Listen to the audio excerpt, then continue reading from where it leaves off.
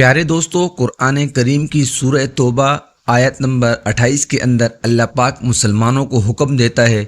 کہ اے ایمان والو، مشرک ناپاک ہیں تو اس سال کے بعد وہ مسجد الحرام کے قریب نہ آنے پائیں، اور اگر تمہیں محتاجی کا ڈر ہے تو اللہ تعالیٰ چاہے گا تو اپنے فضل سے تمہیں دولت مند کر دے گا۔ بے شک اللہ تعالیٰ علم و حکمت کا مالک اور سب کچھ جاننے والا ہے۔ قرآن کریم کی ان آیات کے اندر مکہ شہر میں مسجد الحرام کے اندر غیر مسلموں کا داخلہ مکمل طور پر بند کرنے کا حکم اس لیے دیا گیا ہے کہ وہ اس جگہ کی نہ تو اہمیت کو سمجھتے ہیں اور نہ ہی اسے مقدس سمجھتے ہیں۔ اس کے ساتھ ساتھ مکہ کے بعد مدینہ منورہ میں بھی مسلمانوں کے لیے اتنا ہی اہم اور مقدس ہے کہ یہاں پر بھی کسی بھی غیر مسلم کا داخلہ مسلمانوں کے لیے اتنا ہی تکلیف دہ ہے جتنا کہ مکہ کے اندر، کیونکہ غیر مسلم اس جگہ کی اہمیت کو بالکل بھی نہیں سمجھتے، اور اگر کھلے عام انہیں اس جگہ پر داخلے کی اجازت مل جائے تو آپ سوچ سکتے ہیں کہ کچھ ہی دنوں کے اندر ایسے شرمناک توہین امیز واقعات ہمیں مسلسل سننے کو ملتے رہیں گے جو کہ آپ نے آج سے پہلے کبھی نہیں سنے تھے۔ 2024 میں ایک ایسا واقعہ پیش آیا ہے جس سے آپ صلی اللہ علیہ وسلم کی حدیث مبارکہ سچ ہوتی ہوئی نظر آتی ہے۔ روایت ہے کہ حضرت طلحہ بن مالک کی آزاد کردہ لونڈی ام حریرہ بیان کرتی ہیں، میں نے اپنے مالک کو بیان کرتے ہوئے سنا، انہوں نے کہا رسول اللہ صلی اللہ علیہ وسلم نے فرمایا، عربوں کی ہلاکت قرب قیامت کی علامت ہے۔ آپ کو بتاتے چلیں کہ سعودی حکومت نے حال ہی میں ایک ایسا کارنامہ انجام دیا ہے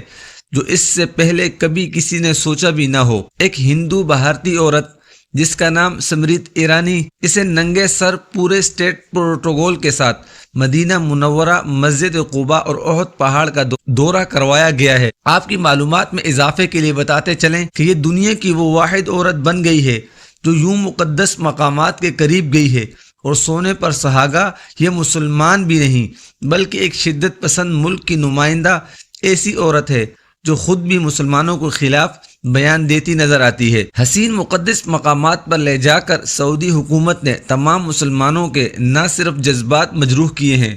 بلکہ اللہ کے احکامات کی حکم عدولی بھی کی ہے۔ پیارے دوستو، آپ کو بتاتے چلیں جس وقت اس ہندو عورت کو مدینہ المنورہ کا دورہ کروایا جا رہا تھا تو اس وقت مسلمان ہوشی کے اندر اس کے ساتھ ایسے سیلفیاں لے رہے تھے جیسے یہ بہت ہی بڑا کوئی برکت کا کام ہے، یا پھر اس عورت نے کچھ ایسا کوئی بہت بڑا معرکہ سر انجام دیا ہے جو کہ اس سے پہلے کوئی نہیں کر سکا۔ شرم سے ڈوب مرنے کا مقام ہے۔ اب بظاہر تو یہ عورت حج کے لیے دیے جانے والے ہندوستانی مسلمانوں کی سہولیات کا جائزہ لینے کے لیے پورے وفد کے ساتھ یہاں پر آئی تھی، لیکن جو عورت خود مسلمانوں کے خلاف نفرت انگیز بیانوں کے لیے جانی جاتی ہے، اسے حج کے لیے آنے والے مسلمانوں کو ملنے والی سہولیات کی فکر ہو رہی ہے۔ کتنی عجیب سی بات ہے، لیکن اصل معاملہ کچھ اور ہے۔ اصل میں سعودی عربیہ کیونکہ ایک اسلامی ملک ہے، اور سعودی عربیہ کے اندر ہندوستان کے لاکھوں لیبر کام کرتے ہیں جو کہ ہر سال یہاں سے پیسے کما کر اپنے ملک واپس بیچ کر ہندوستان کی اکانومی کو سہارا دیتے ہیں، اور پچھلے کئی سالوں سے ہندوستانی مسلمانوں پر ظلم کی وجہ سے بھارت اور سعودیہ کے تعلقات کافی خراب چل رہے تھے، لیکن اب ان تعلقات کو بہتر بنانے کے لیے یہ ایک اسٹیٹ وزٹ کیا گیا، جو کہ ظاہر ہے کہ ہندوستانی مسلمانوں کو دیے جانے والی سہولیات کو پروپیگنڈا بنا کر کیا گیا، جو کہ صرف اور صرف ایک پولیٹیکل اور معاشی فائدہ اٹھانے کے لیے کیا گیا۔ پیارے دوستو، اس وقت ملت اسلامیہ کئی بڑے بڑے فتنوں اور صدموں سے گھری ہوئی ہے۔ ہر بڑا فتنہ چاہے وہ ملکی سطح پر ہو یا عالمی سطح پر ہو، یہ سب امت مسلمہ کو بیدار کرنے،